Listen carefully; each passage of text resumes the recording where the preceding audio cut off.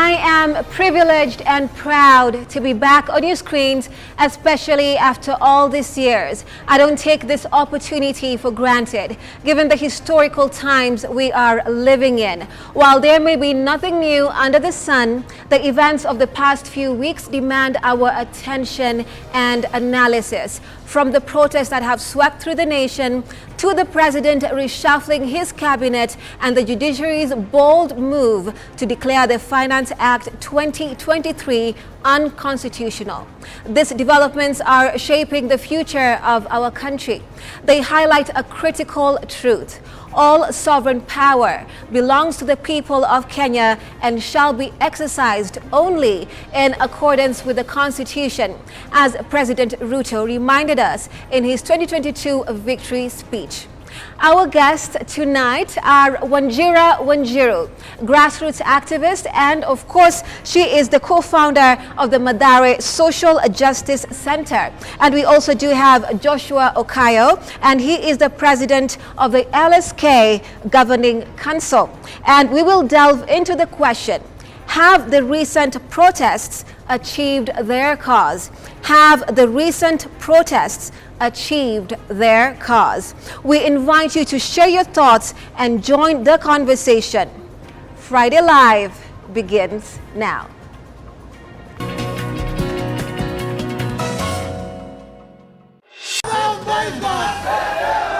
If the model is not dropped, we will suspend teaching and learning. Student leaders threaten to disrupt learning across all universities by September if the government doesn't change its new funding model.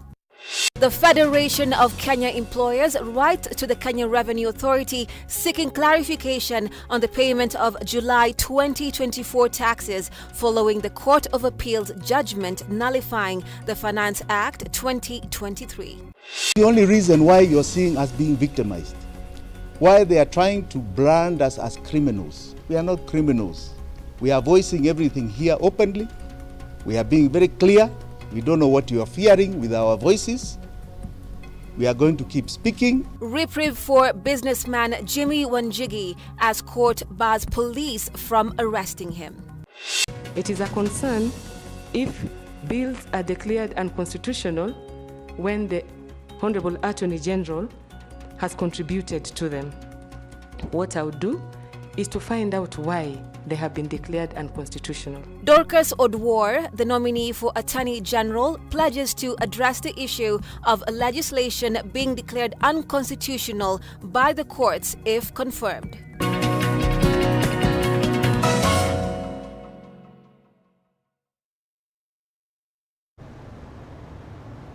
Well, our sign language interpreter for tonight is Clement Muli. Well, university student leaders want the government to immediately drop the new funding model, or else they will paralyze learning across all universities come September. In what they termed as a revolution for change come next month, the students expressed disappointment following government's continuous campaign of the funding model, despite its numerous challenges. According to the students, the model encourages more loan applications that will bury them in debt, with many forced to forgo their dream courses. And as Harriet Chime reports, the students who disrupted the meeting between them and the Ministry of Education have called for an audience with President William Ruto. Jeers and cheers of disapproval reigned in the meeting between the Ministry of Education and student leaders from both public and private universities. Chaotic chants filling the auditorium, all in a bid to reject the new university funding model. They now say come September, learning will be disrupted across all universities and a revolution will take place. If the model is not dropped, we will suspend teaching and learning. We are asking the peers that you have an ultimatum of until comrades resume to issue a statement to the public. We want you to drop the new funding model. In September, we are going to make a revolution as students. We are rejecting the new funding model. Yes. We want the old funding model to be implemented. And if there are gaps in it, can the gaps be fixed? According to them, the recommendations were sidelined in the last meeting, eroding their trust in the promises of improving the funding model. I'm even worried whether the comments or whatever we are sharing today is being taken into account. Implementation was fast. Number two, the stakeholders, the greatest stakeholders that are students, were never consulted in totality. PS, I'm asking you, where is the president? We want to meet the president because it seems you people have failed to advise him. We have delayed disbursement to the universities. So what is the implication of that? One, if institutions do not have funds, we have low quality of education. Two, we have low quality of services offered in our institutions. So I need to confirm my portal. I'm using my own portal, for example. Nothing has changed. Not even disbursement in progress or allocation. Others lamented over the increased loan applications that will leave them in debt, as many have been categorized as less needy, receiving only 40% of scholarship. Mamangu anaonesha bodaboda, mamangu ana kazi, niko band 4. I'm paying 68,000 per year. After 4 years, I'll be having up to $500,000 loan to pay. That's the education arts and pay pesa. Last time we said do away with band 4 and band 5, but today we just want you to do away with the whole model. Why are they telling us that they are going to give scholarship? They give grants, not all those things. Yes. Loans. No, we don't want loans. The loans and the scholarship is supposed to be for all the students and not the students from public universities only. The ministry's efforts to explain themselves during the meeting were futile, as songs of disruptions took over and students dramatically walked out. Harriet Chimea, K24. Right now, the Federation of Kenya Employers has today, August 9th, written a letter to the Kenya Revenue Authority seeking clarification on payment of July 2024 taxes in view of the Court of Appeal judgment that nullified the Finance Act 2023. According to FKE, employers and other taxpayers have found themselves at crossroads since the Kenya Revenue Authority is yet to configure its systems to comply with the Court of Appeal judgment. As Timothy Simwa reports, the judgment effectively negated all tax laws formed under the Finance Act 2023. The Court of Appeal judgment on July 31st had simply thrown the spanner in the works for President William Ruto's tax regime. Its effects are already hitting home. Federation of Kenya Employers in a letter dated 9th August says they are unable to remit taxes in accordance with the judgment. The letter addressed to the KRA Commissioner General says the tax body has not yet configured its systems to comply with the Court of Appeal judgment. The judgment nullified the 2023 tax laws, and this has left FKE and other taxpayers in a state of limbo in the wake of KRA's failure to comply with the ruling, or at the very least give directions. According to the judges who delivered the verdict, the judgment would be applied prospectively, which means it came into effect immediately. Part of the ruling read, Finance Act 2023 introduced post-public participation to amend the Income Tax Act, VAT, Excise Duty Act, Kenya Revenue Authority Act, among other acts that were declared unconstitutional, null and void. The FKE letter further reads, and I quote, "The purpose of this open letter is to ask KRA to urgently clarify to employers and all taxpayers in Kenya on how they should pay their taxes in view of the Court of Appeal judgment. We also note," it continues, "that today, the 9th of August, is the last day for remittances of July 2024 taxes, and our members may face penalties if KRA does not immediately address this concern." End of quote. Timothy Simwa, K24 TV.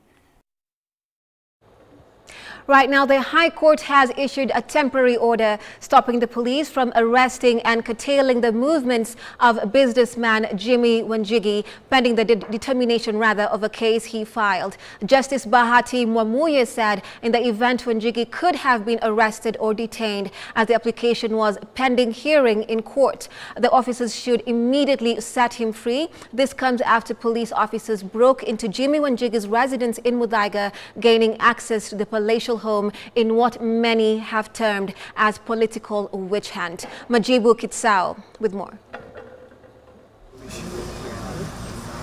Overnight hunt at businessman Jimmy Wanjigi's home in Muthaiga. A multi-agency team broke into the Nairobi house in an effort to arrest him in vain. The team had camped outside before finally breaking in, embarking on a search in the house while looking for Wanjigi and what they termed as more evidence.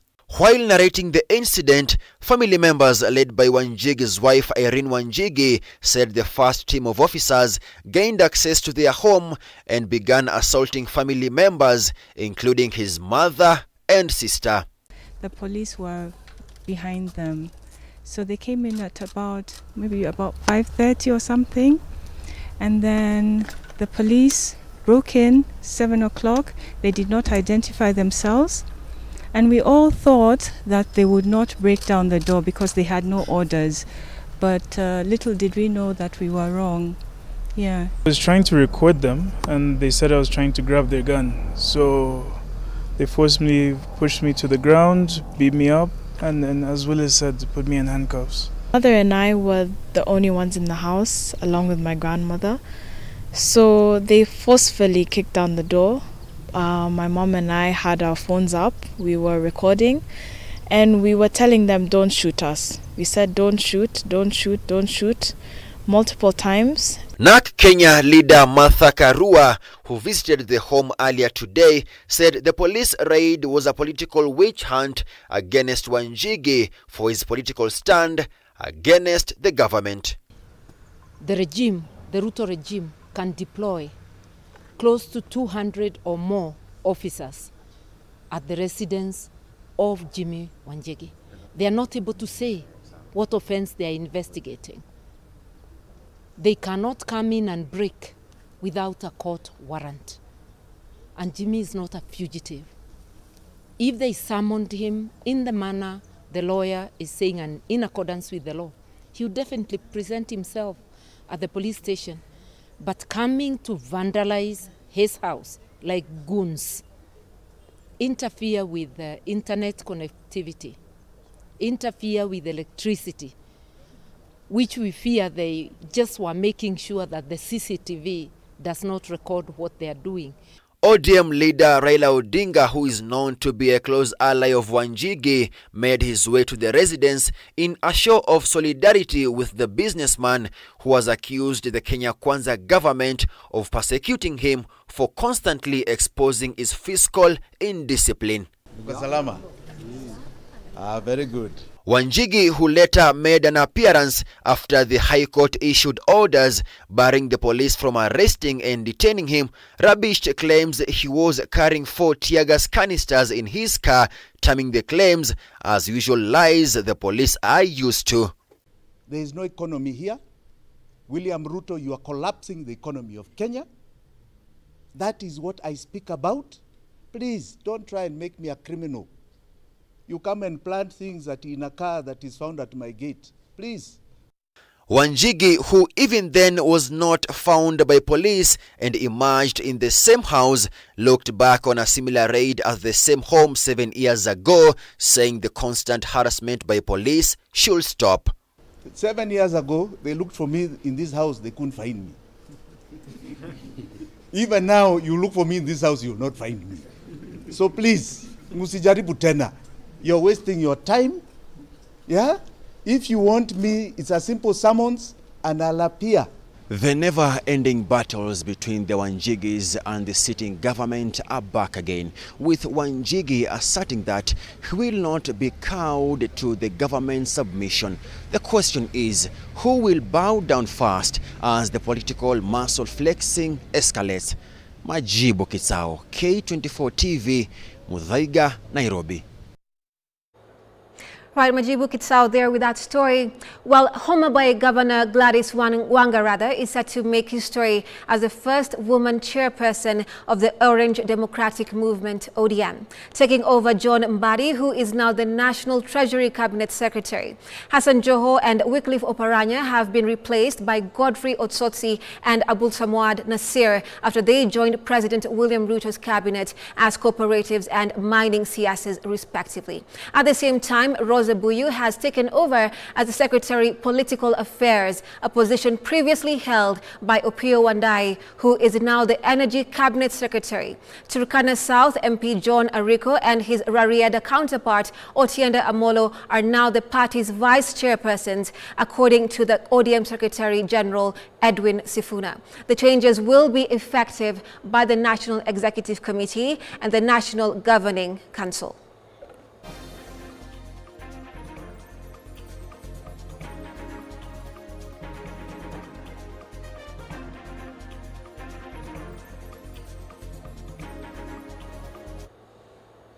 Now, President William Ruto continued with his 3-day tour of the Mount Kenya region on Friday, launching different projects that he says will go a long way in benefiting Kenyans. The head of state toured Murang'a County, where he launched the last mile connectivity project that seeks to connect every household to power. Accompanied by the recently sworn-in Energy CS Opiyo Wandayi, Ruto also defended his move to form a broad-based government, I beg your pardon. And of course, Brian Amwai reports on this story. As President William Ruto's new cabinet settles in office, some of them have hit the ground running, joining the head of state on his tour of the Mount Kenya region. Energy CEO's Opiyo Wandayi accompanied the head of state on his 3-day tour of the Mount Kenya region to launch the last mile connectivity project. Taking time to introduce Wandayi to the people as his latest addition, Ruto said the issue of lack of power connectivity is something his government is working around the clock to solve. Bado tuko na wananchi wengi hawajafikiwa na stima. Nimekuja kuanzisha hiyo kazi ya stima leo. Tutaunganisha watu 15,000 wapya Murang'a County. Na tumeweka pesa bilioni 1 ya kufanya hiyo kazi. Na hapa mimi nimekuja na waziri wetu mpya wa mambo ya stima. Anaitwa Bwana Wandayi, mpigeni makofi. Nimekuja hapa vile vile na PS wake anaitwa Bwana Washira, ndio watafanya kazi pamoja mpaka kila mwananchi aunganishiwe stima. Awamu ya kwanza ni bilioni 1, watu 15,000. Awamu ya pili tutaweka hivyo hivyo. Ruto also defended his move to form a government of national unity, saying his critics are now part of his government to help him steer the nation forward. Munasema tuungane, munasema tushirikiane. Na mimi nataka niwashukuru. Mnajua juzi niliona watu wengi wananitafutia maneno. Nikasema wacha nitafute niunde serikali ya kuleta kila mtu hapa ndani. Yule yako na kelele akuja apigie kelele hapa ndani. Yule yako na ujuaji alete ujuaji yake hapo ndani. Yule yako na mpango akuja apangie hapa ndani. Badala ya mimi peke yangu kuwa Zakayo, si kila mtu akuja hapa akuwe Zakayo. Kila mtu akuja hapa ndio tuone. Hii pesa ushuru tutafute pamoja. Madeni tulipe pamoja. Maendeleo tupange pamoja. Ama mnasemaje watu wa Kahuro? Ruto's visit to the mountain is seen as an attempt to once again endear himself to the people after weeks of protests in the country that put a dent in his popularity across the country. The head of state will also be touring Kisii region in the coming week. Brian Amwai, K24. Right, we're taking a short break right here on Friday Live. We'll be back in a bit.